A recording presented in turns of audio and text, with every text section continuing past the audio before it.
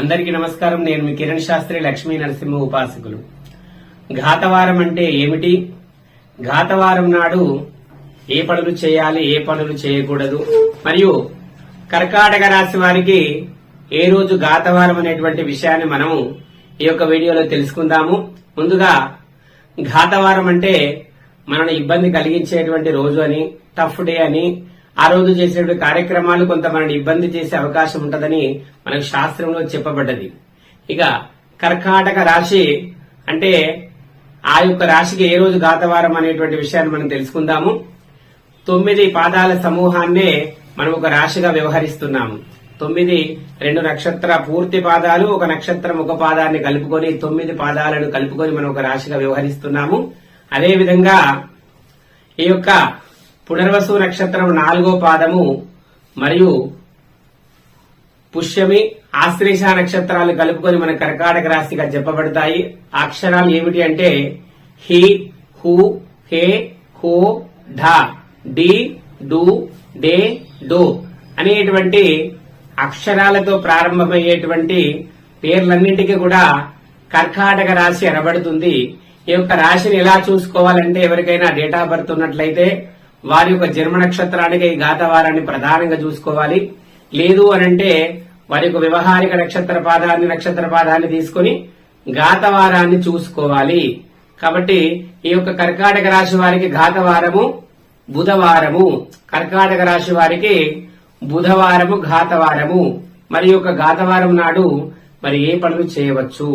ఘాతవారం నాడు వివాహము, వ్రతము, పట్టాభిషేకము, పుంసవనము, జాతకర్మ, సీమంతము అనేటువంటి కార్యక్రమాలు నిస్సంకోచంగా ఘాతవారం అయినప్పటికీ కూడా చేసుకోవచ్చని మనకు శాస్త్రమందు చెప్పబడ్డది.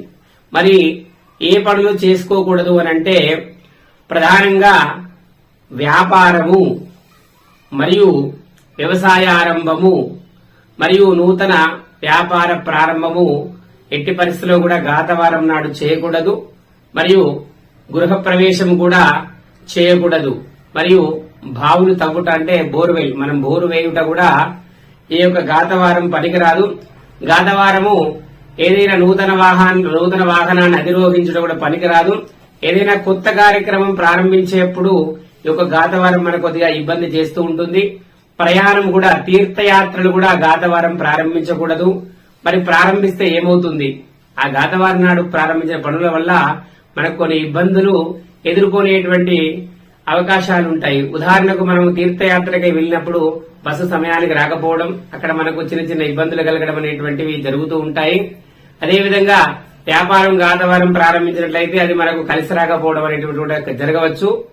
మ్యూచువల్ అనగా పొత్తుగా చేసేటువంటి కార్యక్రమాలు ఘాతవారం అయినప్పుడు కూడా మనం పొత్తు వ్యవహార కార్యక్రమాలు ప్రారంభించేప్పుడు చేయవచ్చు.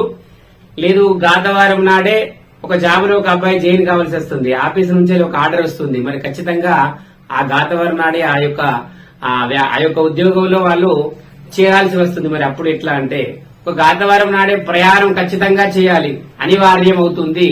మరి అప్పుడు ఏం చేయాలి అనేటువంటి సందేహం ఉన్నప్పుడు ఆ యొక్క మీ ఇంటి యొక్క సింహాసనం పైన అధిష్టానమైనటువంటి ఆ యొక్క మీ ఇంటి దేవతను, కులదేవత యొక్క ఆశీర్వచనాన్ని పొంది, మీ తల్లిదండ్రుల యొక్క ఆశీర్వాదాన్ని పొంది ఆ రోజు తప్పదు అనుకున్నటువంటి ఆ కార్యక్రమాన్ని చేయవచ్చు. తద్వారా కూడా మీకు శుభ ఫలితాలు జరుగుతాయి.